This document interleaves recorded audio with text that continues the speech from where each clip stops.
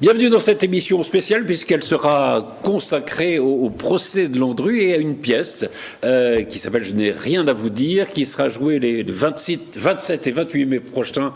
Où ça? À Gambé, la ville de Landru. Et pour en parler, Raphaël Nivois, bonjour. Bonjour Patrice. Alors vous êtes le maire de Gambé, donc je suppose qu'à chaque fois que quelqu'un vous rencontre, il doit vous parler de Landru. C'est ça, ça me fait bizarre à chaque fois que quand on m'accueille, on me dit bonjour monsieur le maire. Ah, bonjour monsieur Landru, comment ça va? Et là, quand vous faites la présentation de l'émission, ça me fait toujours quelque chose de me dire, voilà, le maire de Gambé et Landru, associé toujours à Landru. Mais cela dit, votre prédécesseur, pas le prédécesseur direct, celui qui était maire au moment de l'affaire Landru, a joué un rôle dans son arrestation. Oui, tout à fait, on aura l'occasion d'en parler. Louis Barou, bonjour. Bonjour. Alors, vous êtes le co-auteur de cette pièce, Je n'ai rien à vous dire, et le metteur en scène. Et puis, vous jouez aussi de... Oui, même un petit rôle, le commissaire Belin qui a arrêté Landru. Absolument, et oui, mais qui était un grand flic dans cette affaire. Et puis Gauthier Jean-Bart, bonjour. Bonjour Patrice. Alors, vous avez la barbe, vous avez encore des cheveux, vous allez les perdre. J'ai 50% du visage. Dans quelques temps, et c'est vous qui serez Landru dans cette pièce. Donc, le 27 mai, c'est le samedi à 19h30 et le 28 mai à 16h, hein, c'est ça? Tout à fait. Parfaitement. Alors, on va parler quand même de cette affaire qui est, on a appelé ça l'affaire du siècle, et c'est vrai, quoi. C'est l'affaire du siècle. D'une certaine façon. D'abord, il faut dire, peut-être pour les gens qui ne connaîtraient pas, on est dans la guerre de 14. Beaucoup d'hommes sont au front, beaucoup d'hommes ont été tués ou blessés. Il y a beaucoup de femmes seules. Oui. Ça explique un peu l'affaire Landru. Exactement, oui. Allez-y, non, mais... les hommes sont tous au front, les femmes sont seules, et en fait Landru très vite a compris qu'il y avait quelque chose à faire, parce que Landru a toujours été un peu dans l'escroquerie. C'est un petit escroc au départ, quoi. C'est ça, exactement. Et en fait, il a commencé les escroqueries au mariage, et il publiait des annonces dans les journaux dans lesquelles il disait qu'il recherchait une femme avec un minimum d'argent ou de biens, qui séduisait, à qui il faisait des promesses de mariage pour obtenir des procurations et ensuite vider les comptes et disparaître. D'accord. Voilà. Et donc voilà, il fait des petites escroqueries et puis il y avait des femmes qui disparaissent. Il faut rappeler que ça se passe à Paris, hein. Tout ça se passe à Paris. Oui, on n'est pas à Gambé. On n'est pas encore à Gambé. On va arriver à Gambé par le train dans quelques instants. Oui, ça se passe à Paris. Et alors, dans le procès, puisqu'il va y avoir un certain nombre de femmes qui disparaissent, combien de cas sont... Il a été en relation avec 283 femmes sur une période de 4 ans, donc c'est déjà énorme. Et sur les 283, il a été jugé pour le meurtre de 10 femmes et d'un enfant.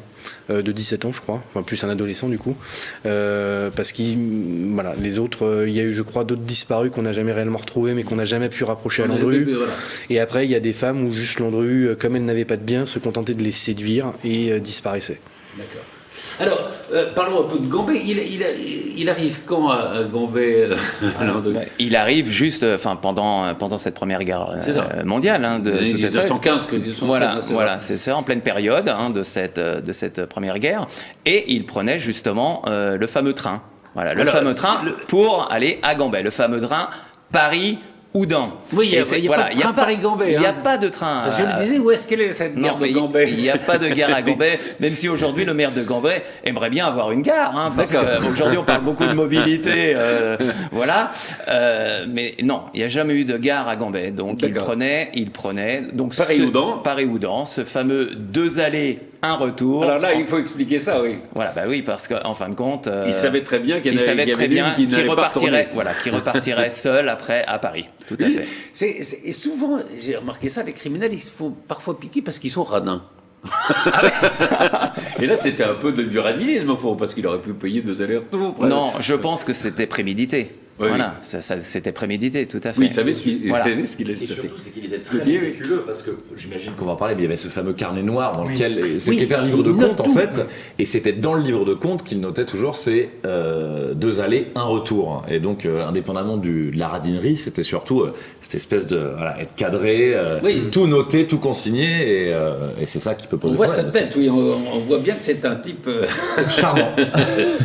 Mais c'était un charmeur. C'était un Oui, charmeur. c'est un charmeur. Mais jusqu'au point où l'habitation, quand il venait à Gambais, de Paris à Gambais, il ne venait pas dans n'importe quelle maison. Il avait choisi une villa qui était en location. Alors, donc oui, on voyait il était locataire. Hein. Voilà, il était locataire. Il était locataire de cette villa à Gambais, et une belle villa, une belle maison qui existe. Voilà, qui existe toujours. Hein, très aujourd'hui, à chaque fois que vous avez des touristes ou des visiteurs qui viennent, tout le monde veut la voir. Même quand je reçois des collègues, voilà, on la voit.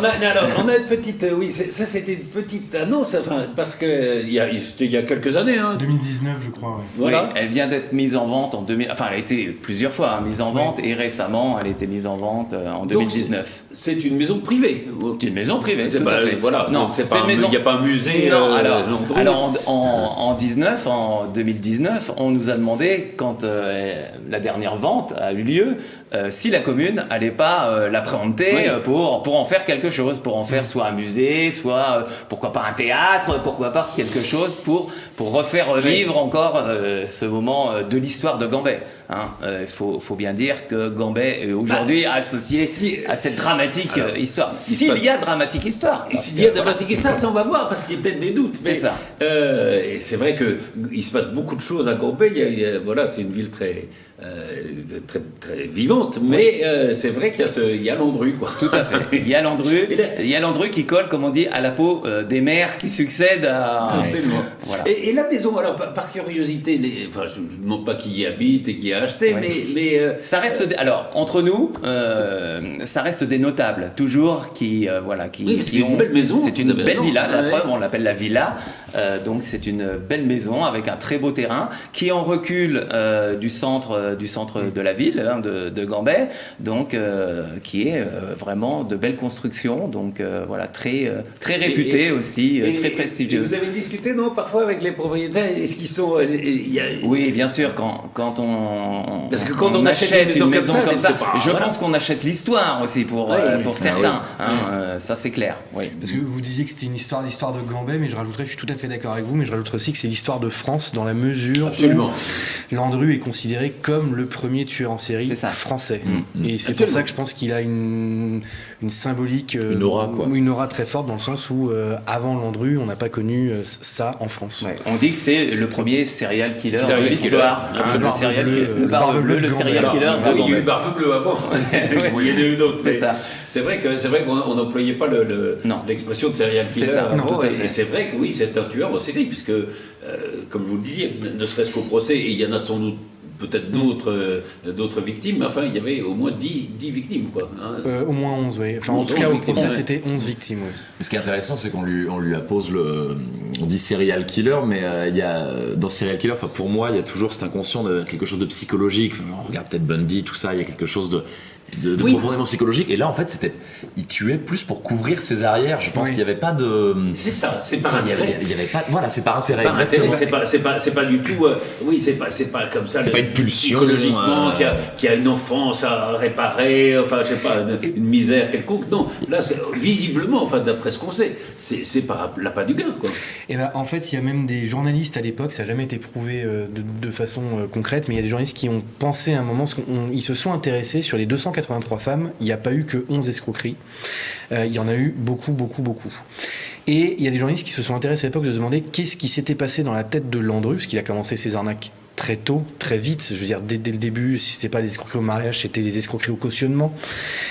Et il faisait régulièrement des séjours en prison. Et quand il a commencé à escroquer toutes ces femmes, elles ne disparaissaient pas, portaient plainte, et lui allait régulièrement en prison. Et des journalistes ont émis l'hypothèse à l'époque qu'au bout d'un moment, à un énième séjour en prison, il s'est dit bon, on va peut-être couvrir ses arrières. Et c'est pour ça qu'a priori il aurait pris après le parti de les faire disparaître pour ne pas laisser de traces.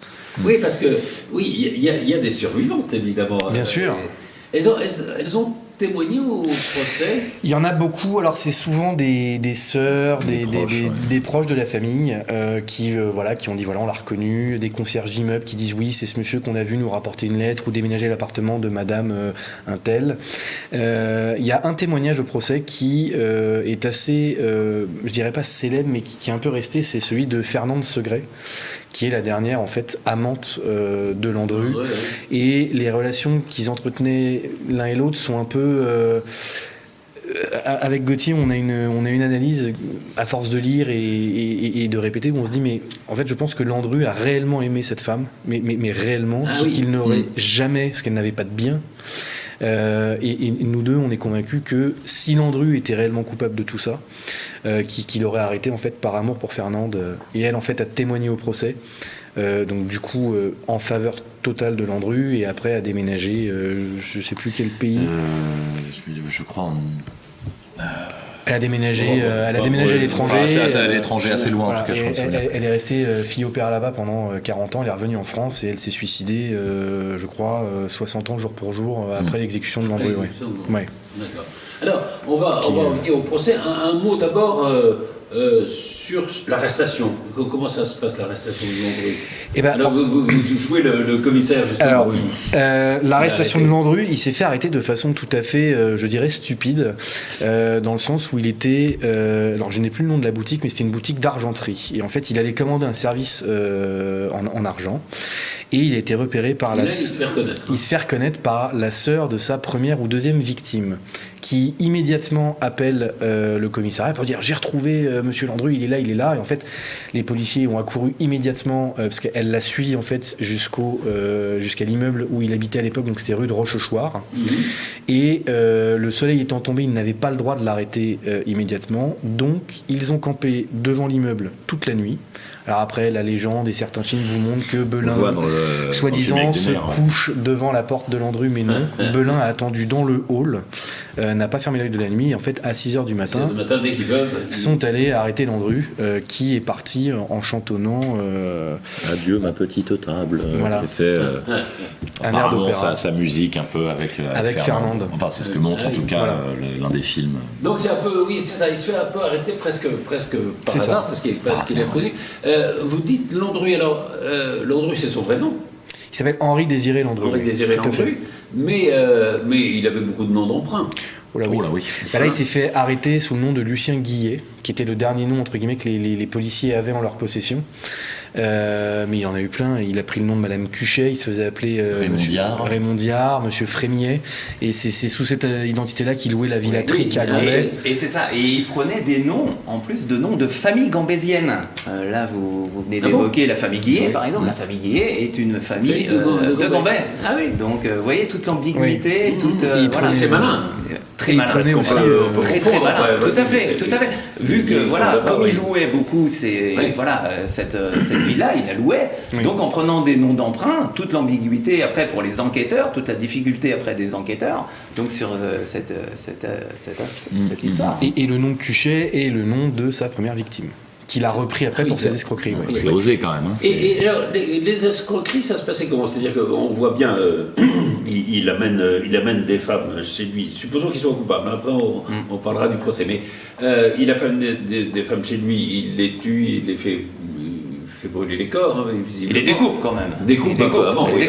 Parce que la fameuse, on en parlera tout à l'heure, la fameuse cuisinière qui était, c'est un petit modèle, donc pour brûler un corps en entier, ça devait être un peu compliqué. Enfin, tout ça, c'est du conditionnel. Hein. Absolument, oui. On ne juge pas, on va montrer les faits. Mais l'escroquerie, en gros, comment ça se passait? C'est-à-dire qu'il prenait des femmes qui avaient des biens. En fait, il publiait des petites annonces.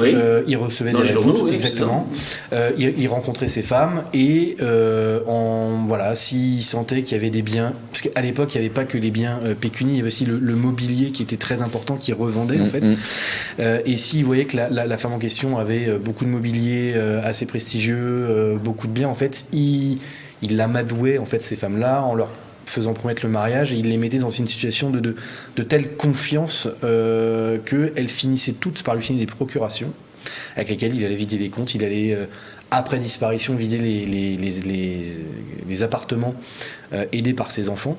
Et il revendait les meubles, et c'est comme ça qu'il vivait finalement Et donc les femmes tombaient toutes généralement. Oui, il avait ce côté très charmeur, puisqu'à chaque fois, elle tombait sous son emprise, quoi. Vous parlez de l'appartement dans lequel il est arrêté. Là, il y vivait avec sa femme, non? Avec sa maîtresse, avec Fernande. Parce qu'il avait été marié aussi. Ah, mais il était toujours marié. Il était toujours marié, hein, c'est ça. Il a su. Il avait des enfants. Oui, c'est ça. Il était marié avec sa cousine, Marie-Catherine Rémy.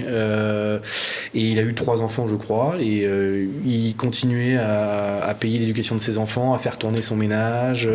Il a jamais arrêté. En fait, c'est juste qu'il avait sa dernière amante, Fernande, et il vivait avec elle au moment de son arrestation. Parce qu'il y a une phrase qui prononce dans le procès, il dit avec tout le scandale qu'on a fait autour de mon nom, on a appris à ma pauvre femme que je l'avais trompée. Sa femme a des doutes très très vite. Elle le sait. C'était parce qu'on va parler, parce qu'il y a aussi l'humour de Landru. Cette phrase-là est très symbolique d'à quel point il avait un bagou absolument incroyable. Enfin, c'est aussi monstrueux qu'il ait pu être ou ne pas être, mais il avait une façon, une aisance avec les mots qu'on a essayé de montrer dans la pièce, en tout cas, mais quelque chose où il était très, très culotté. Il envoyait des pics très personnels à certains membres, au président, à l'avocat général. Il y avait quelque chose où il osait vraiment. Oui. C'est ce qui va être montré lors de la pièce. Justement, on va parler à la fois du procès de la pièce, puisque la pièce, c'est le procès de Landru. Procès de Landru, tout à fait. Et je n'ai rien à vous dire, alors c'est quoi? C'est une phrase que Landru a répétée en boucle pendant 3 semaines pendant son procès. Il n'a pas arrêté à des questions un peu. Donc là, vous voyez. L'avocat général. Le comédien qui joue l'avocat général. Romain Piroza. Oui, tout à fait, Romain Piroza. Et c'est une phrase, en fait, à chaque question, je dirais, un peu gênante pour Landru ou un peu problématique pour Landru. En fait, il se réfugiait derrière cette phrase. Je n'ai rien à vous dire, vous voyez avec mon avocat. Alors, je vous interromps un petit instant. On est en ligne avec Vincent Couronne. Bonjour Vincent. Bonjour Patrice, bonjour à tous. Bonjour. Alors, Vincent Couronne est docteur en droit, il enseigne notamment à Sciences Po Saint-Germain. Et je lui ai demandé de venir nous parler quelques instants parce qu'il y a une dizaine d'années, en 2014 je crois, l'université, 2017. La faculté de droit. 2017. 2017 Oui. Non, vous étiez plus jeune que ça, c'est 2014. Non, vous ne vous souvenez pas. Le temps passe vite. L'université de droit de Versailles-Saint-Quentin, la fac de droit, a refait le procès de Landru, et vous étiez l'avocat de Landru, c'est ça? Tout à fait, j'étais l'avocat de la défense, mais ce que je tiens à dire, c'est que lors de ce procès qu'on a rejoué dans la salle même où Landru, au palais de justice de Versailles, a lui-même été jugé, on n'a pas refait le procès tel qu'il s'est passé, on n'a pas refait à l'identique. L'idée, c'était vraiment de refaire le procès, c'est-à-dire de le juger à nouveau. Exactement, comme s'il se déroulait aujourd'hui, avec le droit d'aujourd'hui d'ailleurs, donc on ne pouvait pas le condamner à mort, typiquement, mais c'était une expérience quand même assez extraordinaire, parce que je tiens à dire que ce procès était organisé chaque année. Il y a une association des étudiants en droit de la faculté de droit de l'université de Versailles-Saint-Quentin qui organise, elle s'appelle Juriste Tribune, cette association, et qui organise un procès en reconstitution. Voilà, on voit les images en effet. Voilà. Et ce sont les étudiants qui organisent tout, c'est-à-dire que moi, en tant qu'avocat de la défense, merci pour les images, effectivement, j'étais plus jeune à l'époque. C'est 2014. Ouais, non, t'as raison, Patrice. En fait, ce que les étudiants faisaient, c'est qu'ils essayaient vraiment de recréer l'ambiance, de bien insister sur la procédure en cour d'assises. Et je dis pour ça chapeau aux étudiants, parce que tout était absolument parfait dans la reconstitution. Je dirais même, je m'en suis rendu compte de manière involontaire, parce qu'il y a quelques semaines, j'ai été tiré au sort pour être juré d'assises. Ah oui. Ça n'arrive quasiment jamais à personne. Et pour avoir en plus participé à la reconstitution de procès, là, je me suis retrouvé sur le banc des jurés. Et j'ai vu donc un procès pour meurtre, là aussi. À quel point c'était fidèle à ce que les étudiants avaient fait lors de cette reconstitution du procès Landru. Donc vraiment, c'était un procès qui avait duré toute une journée. Et donc vraiment, chapeau aux étudiants et l'association qui avait organisé ça. Ils le font chaque année, je pense qu'ils le font encore. Et c'est une performance assez unique. Ouais.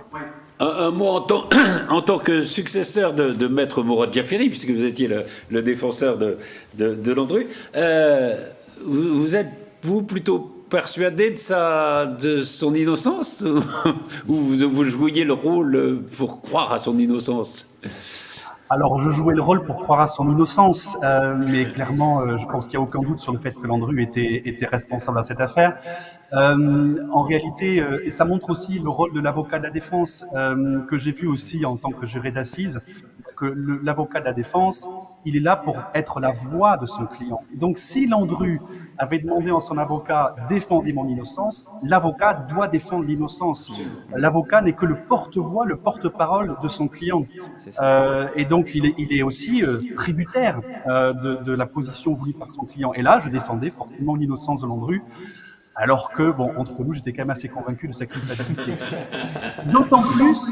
D'autant plus que il y a quelque chose d'intéressant avec Landru, alors vous en avez peut-être déjà un peu parlé avant, c'est son côté nonchalant, Monsieur tout le monde en quelque sorte, niant évidemment en permanence être responsable, et puis donc de manière tout à fait étonnante, ce Monsieur tout le monde, vous savez, il y avait Colette qui assistait au procès et qui l'a chroniqué le procès, donc l'écrivaine Colette, et elle avait dit dans le journal Le Matin, si je me souviens bien à l'époque lorsqu'elle chroniquait ce procès, elle avait dit: je cherche encore sous les traits de cette tête régulière un monstre, mais je ne le trouve pas. Et c'est vrai que c'était un peu le problème de Landru, c'est qu'il n'avait pas la tête, il n'avait pas le profil du monstre, et on commis 11 meurtres, si je me souviens bien, et puis d'une manière assez horrible, préméditée, dans ce four-là, à Gambé. Voilà, je passe les détails, j'imagine que ça a été suffisamment décortiqué. Mais c'était pas évident de défendre un homme qui était évidemment Monsieur Tout-le-Monde. Absolument. Écoutez, merci beaucoup d'avoir d'être intervenu et de nous avoir rappelé. Et finalement, oui, ce qui est en effet une initiative excellente de refaire comme ça des grands procès avec les étudiants. D'abord, ça leur apprend comment marche la justice, et puis c'est toujours très intéressant. Et c'est aussi intéressant en effet de refaire un procès comme on le ferait aujourd'hui. Voilà, quelques années, bien des années après. Et ce d'autant plus, si je peux ajouter, Patrice, que c'est aussi faire œuvre de pédagogie, à la fois pour les étudiants et pour le public qui assiste, pour montrer en fait ce que c'est qu'un procès, ce que c'est que de rechercher la vérité dans un procès d'assises pour savoir qui est coupable, qui est innocent, etc. Ça montre aussi quelle est l'importance du respect du principe de la présomption d'innocence. Et du contradictoire. À Sciences Po Saint-Germain-en-Laye, il y a quelques années, on a refait un autre procès qui était le procès de Robert Brasillac. Et Robert Brasillac, ça montre en fait, refaire son procès, l'importance du procès équitable, parce que il n'avait pas eu droit à un procès totalement équitable. Et même si cet homme était une ordure et coupable de ce qu'il a fait parce que c'était public, eh bien, il n'empêche qu'aujourd'hui, vous avez encore des groupuscules d'extrême droite qui considèrent que la justice n'a pas été rendue pour Brasillac et l'ont hissé au rang de martyr de la collaboration, etc. Donc, c'est très important qu'un procès, qu'on voit qu'un procès est public, il est contradictoire et qu'on prouve la culpabilité. Oui, vous avez tout à fait raison de rappeler que tout le monde, quel qu'il soit, a droit à un procès équitable. Merci infiniment, Vincent. Merci. Merci et à très bientôt. Merci beaucoup. Alors, c'était intéressant de rappeler ce fait, quoi. Alors, parlons de la pièce. Donc, c'est vrai que toutes les minutes du procès sont aux archives, je crois, des Yvelines. Hein. Oui. Et vous avez passé des heures et des heures.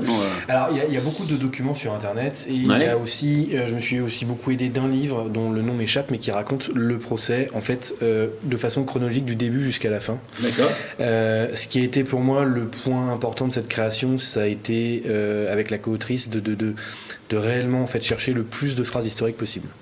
Dans cette démarche d'être dans la vérité de ce qui s'est passé. D'être dans la vérité, de vraiment faire un procès. C'est ce que j'expliquais en premier abord à la mairie de Gambet quand j'ai eu le premier échange avec Monsieur Face et avec vous, où en fait, moi je voulais pas faire une pièce en disant voilà, Landru est coupable, venez voir son procès. Je voulais vraiment refaire le procès au sens naturel tel qu'il a eu lieu, avec vraiment les éléments qu'ils avaient à l'époque pour juger.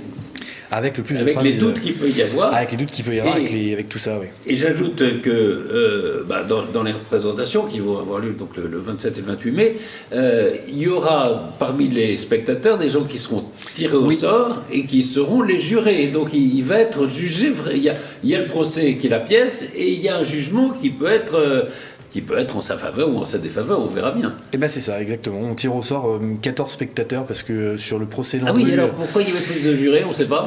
c'est une demande du président Gilbert, en fait, qui, au vu de... Qui était le président des assises, hein, c'est ça. Tout à fait, oui, à l'époque du procès, qui, en fait, devant l'énormité du dossier, a voulu désigner 2 jurés supplémentaires au début, en fait, à l'ouverture du procès. Et donc, du coup, ils se sont retrouvés à être 14 au lieu de 12. Et donc, on tire au sort 14 spectateurs qui iront prendre place à un endroit juste devant la scène pour vraiment être dans le spectacle et qui, après, iront délibérer avec le président, enfin, le comédien qui joue le président. Et les délibérations sont publiques, si je peux dire, non ou, Non, on non. les met parce qu'en fait, on s'est dit que certaines personnes pouvaient être gênées du regard des autres et en fait, du coup, on a décidé de les mettre dans une pièce ailleurs pour qu'ils soient vraiment en huis clos, comme ça se passerait en vrai. Et qu'à la fin il y ait la vraie surprise du verdict. On n'a pas les coulisses des des délibérations. D'accord, Voilà, d'accord. Non, les c'est jurés restent en Oui, ça débat va. entre eux Tout à fait. et ne sont pas retranscrits dans la pièce. Et pour la petite anecdote, quand on a joué à Saulieu le 25 mars, Oui, parce que vous avez déjà joué une on fois. a hein, fait c'est une ça première grâce à la ville de Saulieu qui nous a permis cette création et Landru a été acquitté pour les meurtres, C'est pas vrai. mais Oui. condamné pour escroquerie. On ne s'y attendait pas. On ne s'y attendait pas. Cela dit, Robert Hossein avait fait, refait de grands procès d'histoire. Et par exemple, Marie-Antoinette, à chaque fois, était acquittée. Enfin, les résultats qu'on obtenait après les pièces de théâtre étaient souvent très différents de ce qu'ils avaient été dans On n'est plus dans l'histoire. on n'est plus dans les mêmes contextes. C'est ça, il n'y voilà, a plus la c'est peine ça. de mort, Donc, il n'y a plus. tout à fait. Ouais. Et je pense que Les symboliquement. mêmes enjeux. Voilà ça, parce que je pense que symboliquement, même si les spectateurs se disent c'est du théâtre, évidemment qu'on ne décapitera pas Gauthier à la fin de la pièce. Non, le maire Non, parce que, je pense qu'il y a- d'autant qu'il y a déjà 2 représentations, donc si vous voulez C'est ça. décapiter le samedi soir, vous êtes embêté pour le dimanche. mais si vous voulez, il y a le côté où symboliquement, le spectateur à ce moment-là pourra, de façon très symbolique, se dire ok, est-ce que j'envoie cet homme à la mort ou est-ce que j'ai suffisamment de preuves et de convictions pour envoyer cet homme à la mort, ou est-ce que finalement, en ayant aujourd'hui les pièces du dossier et comment s'est passé le procès, est-ce que cet homme réellement il y a assez de preuves pour, ou est-ce que non, on va pas prendre le risque? Ouais. Quels sont, en gros, enfin, je ne peux pas vous faire dévoiler toute la pièce, mais en gros, les éléments qui pèsent pour la culpabilité de Landru et les éléments qui permettraient d'avoir un doute. Oh là là. Bah, alors, moi, Oui, c'est compliqué. C'est Ouais, ouais, c'est une velours, grosse question, on va dire. ouais, ouais. On va faire toute la pièce. bah, en fait, de façon purement. Moi, Landru, personnellement, avant d'écrire sur lui, avant de me renseigner en tout ça, je me suis dit, il est coupable. Il est coupable, il a tué toutes ses femmes, etc. Pour des raisons un peu banales, de se dire que après son exécution, il n'y a plus de disparition, il n'y a plus tous ces problèmes-là. Et après, en m'interrogeant vraiment sur la pièce, en ayant beaucoup de discussions avec la mairie de Gambet, en ayant vraiment beaucoup discuté, regardé sur Internet des archives documentaires, INA, etc., il y a quelque chose qui est assez flagrant, c'est qu'en fait, Landru a été envoyé à la mort sur de simples convictions. Et c'est ce que dit Maître Mereau de Jafferi à l'époque, il dit la conviction n'a jamais été une preuve, et c'est dans sa plaidoirie qu'il dit ça parce que tout le procès repose sur la conviction du commissaire Belin, enfin des brigades du Tigre de façon générale, parce que c'est eux qui ont C'est les vraiment... brigades du Tigre. vous avez C'est raison, les hein. brigades du Ouais, Tigre. le fameux feuilleton. C'est ça. Les plus anciens se souviennent à la Et- télévision. Et en fait, tout repose sur un faisceau d'indices, entre guillemets, Oui. mais qui en réalité... n'a pas de vraies preuves. C'est ça, qui est un faisceau de conviction. Les experts, le docteur Paul, à l'époque, est capable de dire que c'est des restes d'ossements humains qu'on retrouve dans cette fameuse cuisinière, mais il n'est pas capable de dire que c'est des femmes, il n'est pas capable de donner un âge, il n'est pas capable de... Et on ne peut pas prouver que c'est Landru qui ait réellement, en fait, mis ces os, ces restes d'eau dans cette cuisinière. En sachant qu'au moment de son arrestation, la première perquisition, ils sont venus, ils ont tout retourné, ils n'ont rien trouvé. Ils ont quitté la villatrique à Gambet. Ils sont revenus une semaine plus tard. ils n'avaient pas posé de scellé, et une semaine plus tard, ils ont trouvé plein d'indices. Ah, c'est ça. Et pendant une semaine, Et a fait qu'il n'y ait pas de scellé, tout le monde c'est pouvait ça. y aller et déposer ce qu'il voulait pas. Et donc, ça rebondit exactement avec ce qui était dit, était dit à l'instant, c'est que tout le monde a droit à un procès équitable. Absolument, Même si bon, aujourd'hui, on a du recul, on a machin sur Landru, et puis que chacun ses convictions. Bon, même moi qui le joue, je pense personnellement qu'il était coupable, mais il y a quand même cet indice fort, c'est que les femmes qui arrivent à Gambé, ils ne repartent jamais. elles ne repartent jamais quand même. C'est ça. Et on les retrouve pas. C'est ça. On les retrouve pas. Alors, est-ce que c'est lui, voilà, comment imaginer que ça soit quelqu'un d'autre? Mais en effet, vous avez raison, il n'y a pas la preuve absolue. Il n'y a jamais eu la preuve absolue que Landru. À tel point d'ailleurs que dans le vrai procès d'assises qui s'est tenu en 1921, donc c'était un moment qu'on ne pouvait pas se permettre parce qu'on n'avait pas le temps et c'était une mise en place qui était très compliquée, mais les jurés sont revenus une première fois en disant Landru est coupable, donc une peine de mort, et l'avocat de la défense, en fait Maître Moreau Jaffery, avait hurlé que c'était une honte, qu'il n'avait aucune preuve. En fait, les jurés, chose assez exceptionnelle, se sont réisolés et sont revenus avec un recours en grâce qu'ils ont adressé au président Millerand et qui a été refusé d'entrée de jeu par le président de la République de l'époque. Ouais. Alors, il y aurait bien une petite preuve, et je peux apporter un petit témoignage, puisque j'étais avec Robert Badinter, c'était vieux, c'était en 1984. Je me souviens qu'un matin, voilà, il nous convoque, je crois qu'on était deux journalistes, le journaliste du Monde et moi, et Badinter nous dit, voilà, je vous ai appelé parce que j'ai la preuve que Landru est coupable. Et c'est un mot qui... Alors, évidemment, l'avocat qu'on connaît, c'est Moreau Jaffery, oui. Mais comme toujours, dans ces procès, les grands avocats, ils voient leurs clients 2 ou 3 fois, et c'est tout. Et celui avec lequel ils ont le plus de rapports, c'était le collaborateur de Moreau Jaffery.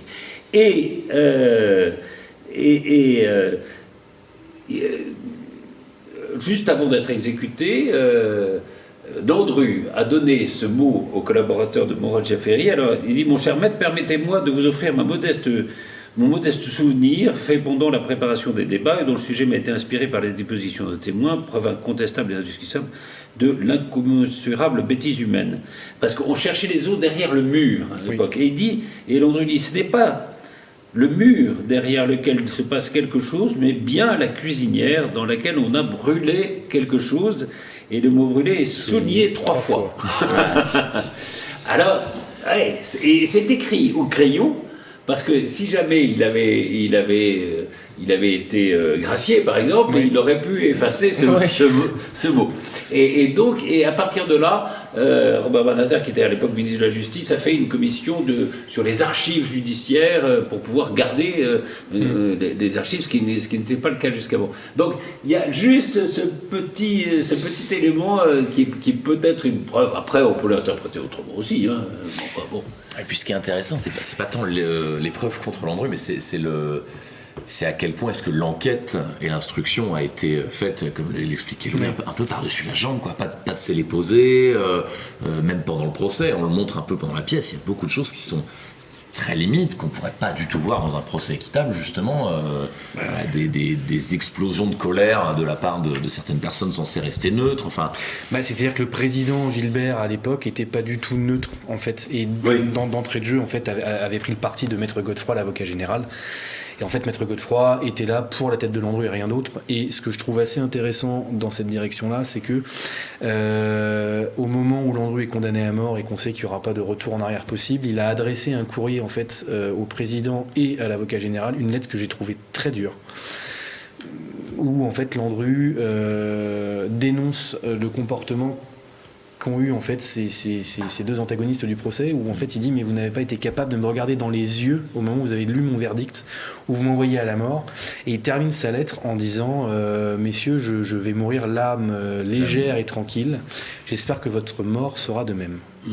Et je trouve ça... C'est-à-dire que jusqu'au bout, il n'a jamais laissé le moindre indice de sa culpabilité. Il a toujours nié, quoi. Jusqu'à Moreau Jaffery à la fin, où il a dit: c'est mon petit bagage. Parce que Moreau Jaffery, je pars avec mon petit bagage, c'est ça, ça, Ahmed, je ne peux pas vous le dire, c'est mon petit bagage. Alors, ce procès, puisque c'est le cœur de la pièce, il a été extrêmement médiatisé. Vincent Couronne rappelait qu'il y avait des écrivains comme Colette qui fait le procès. Et puis, et c'est ce qui fait aussi le sel de votre pièce, c'est que il a un humour incroyable, Landru. Ouais. Ah, c'est en dehors d'humour, c'est un bateau. D'humour, et puis des réparations c'est un culot. C'est un culot. Ouais. Moi, je pense que Landru se serait très bien défendu. En fait, je pense que Landru était capable de se défendre sans Maître Moreau Jaffery. Tellement il avait du culot et de dire au président de la cour d'assises, sous-entendre au président de la cour d'assises qu'il élève mal ses enfants, entre autres, c'est une phrase c'est un passage que j'aime énormément de la pièce, mais il y a eu des phrases où on se dit mais c'est pas possible de dire ce genre de choses, de regarder, encore une fois je reviens dessus, mais de regarder le président de la cour d'assises et lui dire monsieur le président, je sais pas comment vous élevez vos enfants, mais moi quand j'élève les miens, ils cherchent pas ni le pourquoi ni le comment, ils obéissent. Et ça, ils posent pas de questions. Et c'est d'un culot. Et en fait, ce qui est assez incroyable, quand j'ai commencé à vouloir écrire sur Landru, au début je me suis dit je vais faire une pièce sur la vie de Landru, et très vite je me suis dit mais au bout d'un moment, après 3 disparitions, le public va se dire oui bon d'accord, une disparition, c'est une 5e, une 6e. Et en fait, en me renseignant sur le procès, le côté spectacle, le tout Paris qui vient à Versailles pour assister au procès, les trains qu'on appelait les trains Landru, qui étaient affrétés de Montparnasse à Versailles-Chantier pour ramener les politiciens, les acteurs, les sénateurs, enfin vraiment tout un grand monde en fait au procès, avec des éclats de rire, avec le moment des délibérations où en fait les gens ont commencé à en venir aux mains dans la salle. Et Maître Moreau Jaffery, ou je crois que c'était Maître Godefroy, pardon, qui en fait s'est mis à hurler en disant mais attendez, mais c'est scandaleux, la vie d'un homme est en jeu, c'est Maître Godefroy, arrêtez ça immédiatement, vous devriez avoir honte de vous. Ce qui est très paradoxal, alors qu'il est totalement biaisé avec l'aide du président, et quand les gens en viennent aux mains, ils disent mais c'est scandaleux, vous avez la vie d'un homme entre les mains. Oui, parce que les gens en viennent aux mains. Ouais. Ah oui, non, mais les gens, c'est un peu comme dans l'affaire Landru, il y avait vraiment les pro-Landru, j'allais dire l'affaire Dreyfus, excusez-moi, c'était vraiment le Landrusard et l'anti-Landrusard. C'est vraiment ceux qui pensaient que Landru était innocent, il y en a eu quand même déjà à l'époque, et ceux qui étaient convaincus, en partie à cause des journaux. Les journaux ont eu un rôle très important dans ce procès. Où en fait, plus le procès avançait sur les 3 semaines, et plus les gens y allaient, rigolaient, il y avait de plus en plus de monde. Oui, parce qu'on allait voir, c'est un phénomène, quoi. Hein. C'est ça, ils venaient déjà au théâtre voir la pièce se dérouler avant l'heure. Absolument. Mais je pense que, avec la défense qu'avait Landru, je me disais, il avait rien à perdre. Oui. Il avait rien à perdre, et c'est pour ça qu'il jouait énormément avec le juge. Voilà, c'est ça, il énervait tout le monde, parce que je pense que il se dit coupable, j'y suis, coupable, j'y reste, et puis tant qu'à faire, foutu. C'est-à-dire que au mieux c'était le bagne, et au pire c'était la peine. C'était la mort. Ouais. Et à l'époque, je connais pas l'espérance de vie, mais il avait déjà 50 ans, et c'est ce que dit Maître Moreau Jaffery dans sa plaidoirie. Il conclut en disant si vous répondez non au meurtre, ça va être le bagne, mais c'est 20 ans de bagne, ce qui équivaut à la peine de mort quoi qu'il arrive pour un homme de 50 ans. Oui, on est en 1921, faut le rappeler. L'espérance de vie, ça. Et puis le bagne, et le bagne aussi, ne survit pas très longtemps, généralement. C'est compliqué quand même. Je pense. Alors, il y a une scène qu'on raconte très souvent, que tout le monde presque connaît, même ceux qui ne sont pas intéressés au procès Landru. C'est cette scène où Moreau Jaffery, donc l'avocat de Landru, dit aux jurés: regardez, vous êtes persuadé que Landru a tué ses femmes, mais regardez cette porte, elle va s'ouvrir, une des femmes dont vous pensez qu'elle a disparu va apparaître. Et tous les jurés se tournent vers la porte, et puis le procureur prend la parole, dit maître, c'est vrai que tout le monde s'est tourné, sauf Landru.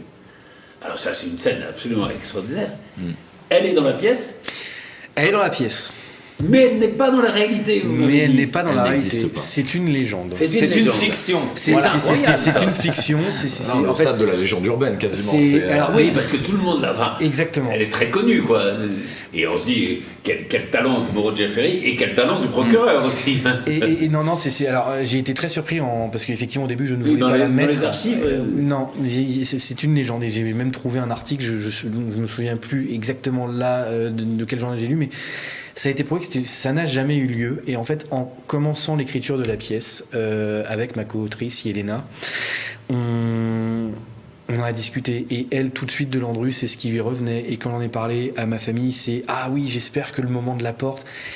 Et en fait, je me suis rendu compte que les gens, et même les comédiens, quand j'ai commencé à en parler un peu à Gauthier, à Margot qui joue Maître Moreau Jaffery, les gens m'ont dit mais est-ce que cette scène va y être? J'ai dit ben en fait ça m'ennuie parce qu'elle n'est pas historique, elle n'existe pas dans la réalité. Et en fait, face aux réactions des gens, de me parler de cette scène, j'ai dit bon ok, on la remet parce que les gens parce que viennent c'est- pour cette voilà, scène. oui, cette scène. C'est aussi du théâtre. cette donc, scène et aussi c'est une scène extrêmement théâtrale. ah pour oui, le coup, voilà. ah oui, oui, oui. C'était un procès très théâtral, je Et- pense. C'est un procès théâtral, mais cette scène notamment. Enfin, elle est- Ah oui. Et la réplique de la tête aussi qui Bien est sûr, très très célèbre. ma tête, vous ne cessez de parler de ma tête, je regrette de n'en avoir qu'une seule à vous offrir. C'est un exemple du culot de Landru, encore une fois, qui dit ça à l'avocat Ouais, général. mais Oui, de l'humour, mais- oui, mais- de d'humour, l'espièglerie même carrément. Enfin, Ah oui, c'est, oui, Ouais. Bah, il y a aussi le dernier mot de Landru. Je sais pas si, enfin, quand il va être guillotiné, et évidemment, il y a un prêtre qui arrive comme d'habitude, qui lui dit est-ce que vous croyez en Dieu? Est-ce que selon vous Dieu existe? Et Landru lui dit écoutez, je vais être guillotiné dans quelques instants. Vous croyez que c'est le moment de me poser des devinettes? Et juste avant, l'humour de Landru, ouais, ouais. et juste avant, avec la dernière cigarette ou le dernier verre de rhum, il dit non, désolé, c'est pas bon pour la santé. C'est ça. Voilà. Alors celle-là, on n'a pas pu garder parce qu'en fait, on avait cette problématique de la salle de théâtre, Oui, bien sûr, de pas pouvoir amener la guillotine sur scène. Non, vous êtes dans le procès. Hein, c'est Voilà, le procès, on est puis vraiment dans le procès. Il n'est pas jugé, donc. Peut-être qu'il y aura une suite. Ça peut amener la suite. Landru 2, Non, exactement. Je n'ai rien à vous dire d'eux. Le retour de le Landru. retour de Landru. Mais non, en fait, nous on a écrit 3 fins alternatives parce qu'il fallait que, en fonction de ce que le spectateur, le jury spectateur allait répondre, on a 3 fins alternatives que je garde secrètes parce que sinon ça va Oui, bien dévoiler, sûr. voilà. Mais on a 3 fins alternatives. Ah oui, selon le jugement. Oui, selon le jugement. Il m'a tenu à cœur de garder quand même le petit bagage dans une des fins, même si on a un peu tronqué la réalité dans le sens où il l'a dit pas au tribunal, il l'a dit à la fin, mais j'ai dit cette phrase est tellement mythique, beaucoup de gens la connaissent, il faut qu'on la garde. Oui, absolument. Vous êtes. Mais par contre, ouais, ce passage-là, je regrette vraiment de ne pas l'avoir mis, mais je ne pouvais, ça collait pas. Dans la pièce, c'était pas possible. Mais j'aurais beaucoup aimé au moins la cigarette et le verre de rhum. Est-ce que, avant d'écrire, ou pendant que vous écriviez la pièce, vous avez revu, je sais pas, le film Chabrol? Oui. Il y a une pièce de Laurent Ruquier aussi, Oui, c'est de Laurent qui a acheté Ruquier, d'ailleurs la cuisinière. Hein, Oui. Oui, tout à fait. Alors, Une des cuisinières. voilà, l'une des Ah, cuisinières, hein, ah bon. parce qu'il y a plusieurs. Il y a plusieurs cuisinières. Il y a plusieurs Oui. cuisinières parce que c'est un modèle de cuisinière de ménagère. Oui. Donc cette cuisinière avait été achetée sur le territoire de Gambais, Gambais, dans un ouais. commerce Ouais. proche de Gambais, et il y a eu plusieurs répliques. Donc d'accord. forcément, Je crois qu'il y en a on eu se 11. dit j'ai acheté la cuisinière de Landru. Et je crois Mais qu'il y en a d'accord. 11 en tout. Oui, il y a eu plusieurs. Moi j'avais plusieurs. un. Et vous avez raison de dire, c'est pas un Non, voilà, foyer énorme. c'est ça, c'est une petite cuisinière. C'est une petite cuisinière, On voit la voilà, photo, voilà, on la voit. C'est ça, ouais. ouais, tout à fait. Donc vous imaginez cette petite cuisinière Oui, pour brûler un corps. Un corps, oui, Voilà. et pour en brûler 11. alors, voilà, c'est ça. Alors, c'est vrai que bon, ils auraient retrouvé dans la villa à Gambais plusieurs couteaux, plusieurs scies, Scies à métaux, mais ce sont des scies à métaux. Ce sont pas des grosses scies bouchées. Ce sont du petit matériel. outillage de Monsieur et Madame tout le monde, comme était le personnage de Landru. Parce que moi, en tant que maire, moi je suis imprégné de cette histoire Bien sûr. depuis que j'habite la commune. Hein. Je suis pas venu habiter à Gambais Ah, pour l'histoire bon, de Landru, mais quand vous venez à Malheureusement. Landru, vous vous y intéressez à l'histoire et on vous parle énormément de Landru. Et les Gambésiens, les familles historiques de Gambais vous parlent de cette histoire et vous replongez dans cette histoire en tant qu'élu pour vous intéresser bien sûr à cette culture. Ça fait partie de la culture de Gambais. Et beaucoup de personnes m'ont dit, mais vous savez, monsieur le maire, Landru, c'était monsieur tout le monde quand il venait à Gambais. C'est-à-dire, il était poli, il ressemblait à quiconque Ce que dans disait la rue. Vincent Corona Voilà, tout à l'heure, voilà, c'est- tout à fait. Il n'y a pas le c'est- portrait type Mais du j'ai- serial killer. Je lisais quelqu'un qui avait fait un bouquin sur le Landru, justement, qui disait que c'était un type fabuleux d'une intelligence redoutable, mais ce n'était pas un tueur psychopathe, c'était un tueur calculé, parce qu'il tuait ses victimes pour ne pas se faire prendre, C'est ça. pour Voilà, ne pas ce qu'on qu'elles disait puissent plus tôt. parler. Oui. Au départ, ce n'était rien qu'un escroc au mariage qui a fini par se faire prendre. Mais, et puis, il dit c'était Monsieur Tout le Monde. Absolument, absolument raison. Ouais, on est sur la banalité du mal, vraiment le fait qu'il ressemble. Bien sûr. Alors, je suppose qu'ils sont venus vous voir pour vous proposer de... Alors, vous savez, à chaque fois qu'il y a un livre qui sort sur Landru, qu'il y a un article de presse qui sort sur Landru, on appelle la mairie de Gambais. Donc on appelle le maire de Gambais. Est-ce que vous souhaitez participer à une interview? Alors, en tant que maire, on veut tourner la page de cette histoire. Oui, c'est ça. C'est ce que je voulais vous demander. Parce qu'il y a deux sentiments. Il y a à la fois, c'est une part de l'histoire de... Enfin, on ne peut pas résumer Gambais à Landru, quoi. Voilà, c'est ça. Et tous mes prédécesseurs souhaitent tourner la page de cette histoire de Landru. Et particulièrement quand la maison a été en vente en 2019, il n'était pas question que la commune de Gambais rachète cette villa pour faire un musée. Voilà, non, c'est vraiment... pas du tout dans l'intérêt de la commune. L'histoire est passée, au contraire, on tourne la page et monsieur le maire de Gambais, il veut plus, qu'on l'appelle monsieur Landru à chaque fois qu'on salue monsieur le maire de Landru. Et donc, pour ça que vous n'avez pas de barbe. Voilà. Et c'est pour ça que Louis, quand il appelle la mairie de Gambais, j'ai pas donné la réponse tout de suite. D'accord. Voilà, de dire est-ce que... Oui, parce qu'on va être sollicité très souvent. Régulièrement, et comme on dit, on essaye de gommer cette histoire accolée à Gambais. C'est bien, mais il y a autre chose. Ce qui nous a plu dans cette pièce que lui nous a proposée, c'est le fait de rejouer ce procès et de faire participer les spectateurs en tant que jury. Et ça peut être intéressant. Probablement que certains ne connaissent pas l'histoire de Gambais qui vont assister. D'autres la connaîtront probablement, la connaissent par cœur. Voilà. Et en regardant cette pièce, plus avec, on est en 2023, donc aujourd'hui on aura peut-être une vision différente de la culpabilité ou non de Landru. Oui, c'est ça, tout à fait. C'est l'intérêt qu'on a souhaité, c'est pour cet intérêt qu'on a souhaité mettre cette pièce à l'affiche de notre petite salle de Gambais. Gambais, c'est un petit village de 1500 habitants. On n'a pas un théâtre, un grand théâtre, mais on permet quand même à plus de 200 personnes ce samedi 27 d'être présents pour cette représentation. Et comme on voit qu'il y a vraiment un succès de cette histoire, de ce procès, les places sont parties d'une vitesse. Et avec notre petite communication locale, donc on s'est dit, allez, Louis et les équipes sont disponibles le lendemain. Allez, on ouvre une séance le dimanche 16 qui est déjà à moitié complète. Et qui est à moitié complète et qui part. Et rien qu'avec notre petit réseau de communication, sans aller chercher des médias un peu plus ouverts. Et c'est très bien. Parce que je pense que le but, c'est aussi de faire connaître cette pièce qui est intéressante que Louis Barrault et ses équipes ont mis en place. Et puis je pense que demain cette pièce pourra aller s'exporter. Je pense que c'est ce que souhaite un peu l'équipe aussi, de voir un petit peu ce concept d'interactivité aussi. C'est intéressant. C'est ça qui est intéressant. C'est pour ça que nous on a dit banco, allez, on porte cette pièce avec lui. Et puis lui et ses équipes sont très sympathiques. Donc c'était le moment où partager. Et ce qui est intéressant, c'est ça, c'est d'arriver un peu vierge au spectacle, je veux dire, sans idée préconçue, et allez-y sans vous dire il est forcément coupable. C'est ce que je vous racontais, la petite anecdote tout à l'heure, monsieur Carmouze, à Saulieu, j'ai une dame qui est venue me voir, qui m'a dit alors moi je connais très bien le dossier Landru, mes parents ont vécu Gambais, vraiment j'étais convaincu que coupable. Et en vous entendant, notamment sur la liste de procédure, je me dis, je suis pas si convaincu que ça en quittant votre pièce. Et ça a été le meilleur retour que j'ai eu. Je me dis, mais on fait réfléchir les gens.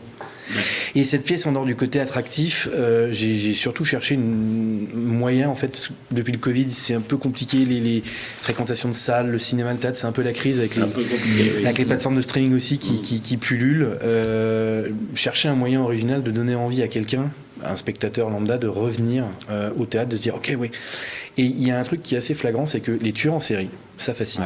Et que les cours d'assises, elles fascinent, parce qu'il y a un côté un peu voyeuriste, du oui, alors... Voyeuriste et théâtral. Voilà. Les cours d'assises, c'est quelque chose de procès d'assises. Tout à fait. Plus Ah les oui, non, orateurs mais qui sont présents. Alors nous, on en a un très bon avec Landru, mais c'est vrai que d'autres orateurs mais de façon en procès, voilà, plus après les avocats et tout ça, ce sont de merveilleux orateurs, voilà. Et on assiste quelque chose d'exceptionnel.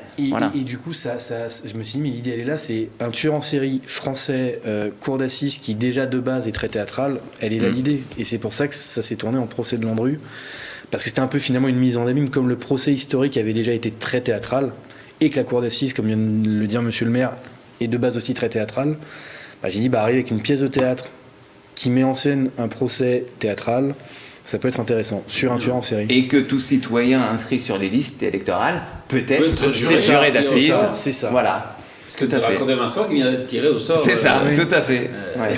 Non mais ça serait... C'est pareil avec la pièce, tout spectateur peut voilà. venir jurer. C'est ça, tout à fait. Pour rappeler quand même, parce que la notoriété et l'attirance, parce que c'est ça qui est... C'est vrai que les criminels attirent souvent. Oui. Je crois qu'il a eu 800 demandes en mariage qui lui sont arrivées pendant qu'il était en prison. C'est absolument incroyable. Après, il était charmeur, il avait un physique. Il était charmeur, enfin, quand non, mais c'est quand même. Mais souvent, ça arrive sur les criminels qui ont des demandes en mariage, qui ont fait des choses absolument horribles. Ah, mais c'est chez nos amis les Américains, je crois que ça va au-delà de ça. C'est carrément des femmes qui demandent des parloirs conjugaux avec des tueurs en série, parce qu'il y a un côté fascination. Et je crois qu'il a reçu plus de 3000 lettres, et effectivement, 800 demandes en mariage. 800 demandes en mariage, c'est assez. Gauthier Jean-Bart, comment on se met dans la peau alors d'un tueur comme ça?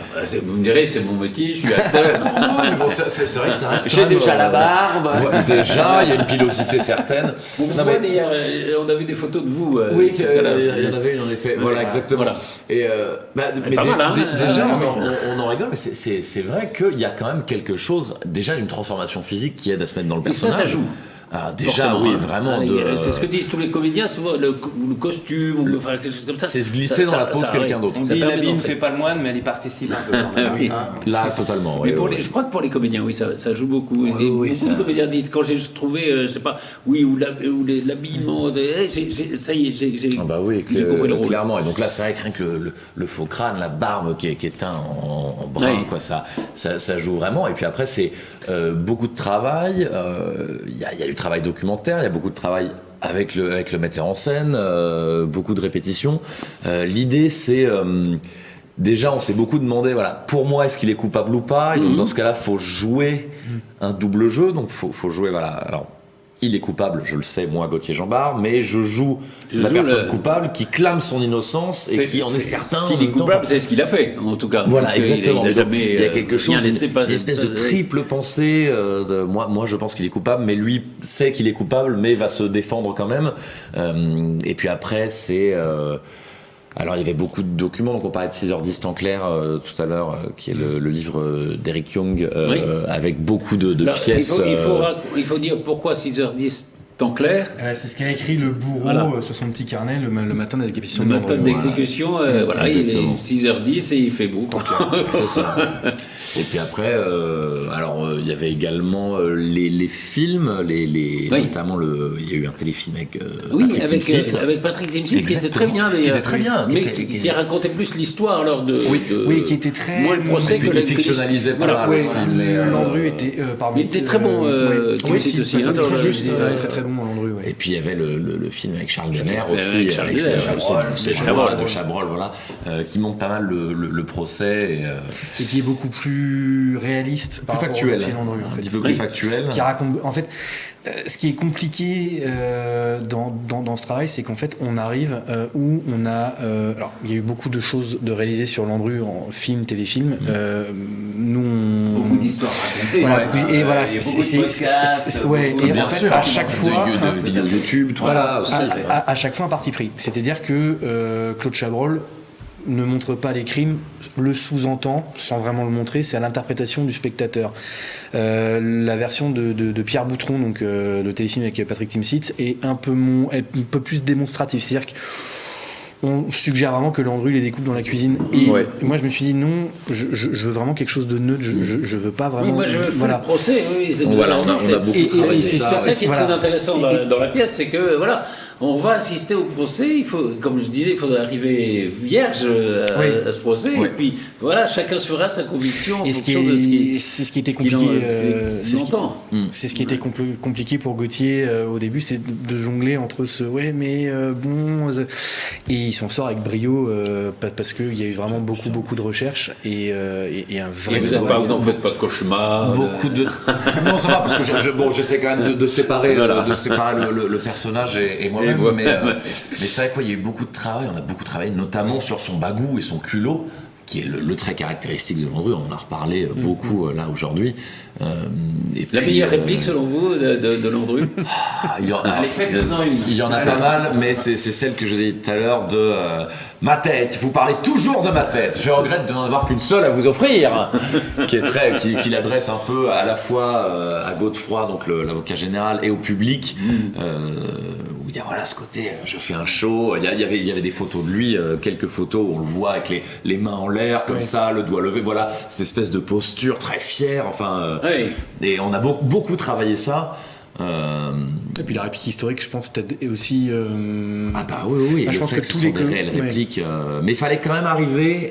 Fallait que j'arrive à les faire miennes quand même. Absolument. Donc ça, après, c'est le travail de la mise en scène, de trouver le bon truc en étant proche de la réalité, mais sans tomber dans une copie de ce que faisait Team Seed, de ce que faisait Denner, par exemple. Donc c'est vrai que j'ai regardé les films, mais pour un côté, essayer de se saisir d'une aura, et après de la faire mienne avec l'aide de Louis à la mise en scène, de mes camarades de jeu. Quand les comédiens regardent trop ce qui a été fait avant, donc ils ont pas envie de se faire. Faut pas trop. Je les ai regardés une fois.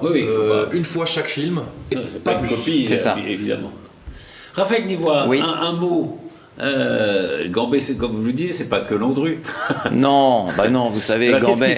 Qu'est-ce qui se passe il se passe plein de belles choses. Déjà, Gambet, donc faut rappeler, c'est vrai que nos téléspectateurs ne situent peut-être pas aussi. On a parlé beaucoup de Gambet, mais Gambet se trouve quand même, on est proche de l'Eure-et-Loire, faut pas oublier, on est à peine 10 km de l'Eure-et-Loire, donc Gambet, au cœur du parc, on fait partie du parc naturel régional de la Haute-Vallée de Chevreuse. Il faut savoir que Gambet fait partie de ce parc naturel.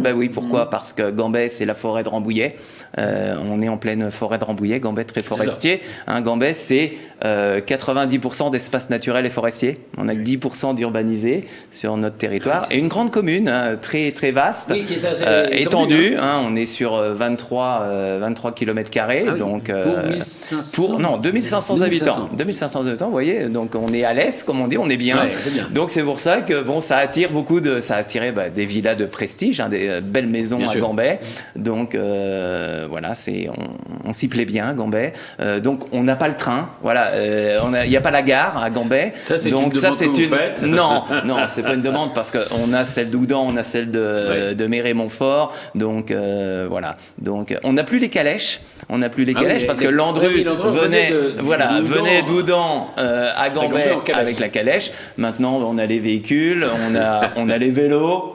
Donc, voilà. Non, mais c'est vrai que c'est une ville très, très agréable et comme vous le dites, c'est un paradis vert. C'est ça. Aux portes de Paris, et on est un des poumons verts des Yvelines aussi. On est ravis quand on est maire de Gambet, on est ravis d'administrer cette ville de Gambet et de se détacher. On a parlé beaucoup pendant cette heure de Landru, mais Gambet, ce n'est pas que ça. Vous pouvez aller à Gambet sans l'ombre. C'est un beau château, c'est le château de Neuville, c'est beaucoup de petits commerces, des maisons avec de beaux cachets. Des restaurants. Très bon. Voilà, on y mange bien à Gambet. Il y fait bon vivre à Gambet. Absolument. Voilà. Et puis il y a un théâtre quand même. Il y a un théâtre, on y propose. Donc, le samedi 27, dimanche 28, samedi 27, 19h. Oui, c'est ça, le dimanche 28 à 16h. À 16h. Voilà. Je n'ai rien à vous dire, c'est la phrase de Landru et qui est une des phrases les plus célèbres de ce procès qui est donc rejoué. Et puis si vous allez, vous pouvez juger Landru. Voilà, c'est quand même formidable. On n'a plus beaucoup l'occasion maintenant de voter la mort de quelqu'un. Sauf en étant tiré en juré d'assises. Voilà. C'est souhaitable. Louis Barrault, Gauthier Jean-Bart, Raphaël Nivois, merci infiniment. Merci Patrice pour l'invitation. Et à très bientôt alors. Et puis merde. On prend.